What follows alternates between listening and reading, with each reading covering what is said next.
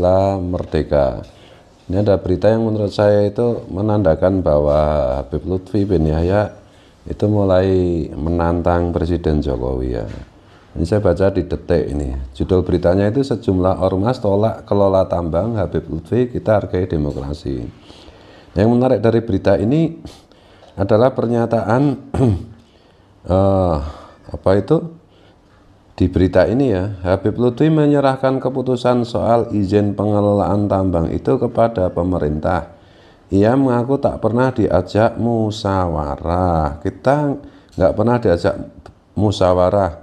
Masalah ini saya tidak bisa mengatakan iya atau tidak. Kita mengikuti saja bagaimana jalannya pemerintah. Seandainya itu baik, dianggap baik, untuk itu ya silakan saja katanya. Jadi ini Habib Lutfi ditanyai mengenai pendapatnya ketika sejumlah ormas tolak kelola tambang gitu ya. Jadi di sini bagaimana dengan, menurut saya ya dengan licik gitu. Habib Lutfi itu menyatakan menantang Presiden Jokowi dengan mengatakan seperti itu ya.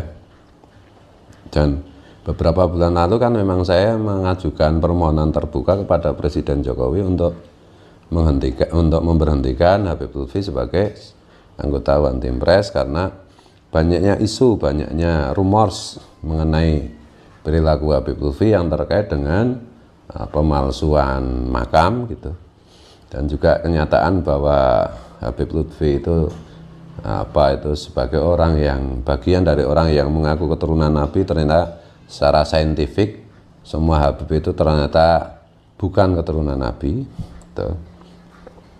Dan soal isu pemalsuan makam itu masif banget di medsos gitu. Nah, untuk pertimbangan itu saya mengajukan permohonan terbuka kepada Presiden Jokowi untuk memberhentikan Habib Lutfi sebagai One Team Press.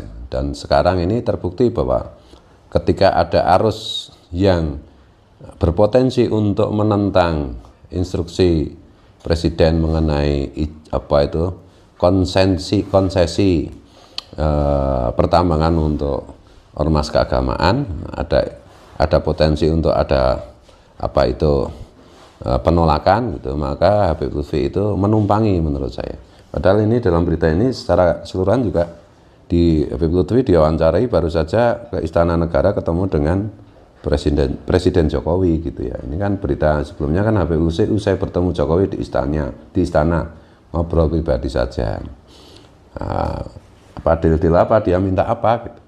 Dan perlu saya ingatkan juga bahwa kalau terkait dengan Pilpres yang kemarin itu sebenarnya justru karena keberadaan Habib Lutfi itu menyebabkan menurut saya potensi kemenangan Prabowo Gibran itu berkurang gitu. Seandainya di situ tidak ada Habib Lutfi bin Yahya, saya kira lebih dari 58% itu kemenangan Prabowo Gibran itu ya. Jadi itu aja yang perlu saya sampaikan. Ada keliru, ada salah, saya minta maaf. Wallahu a'lam bishawab.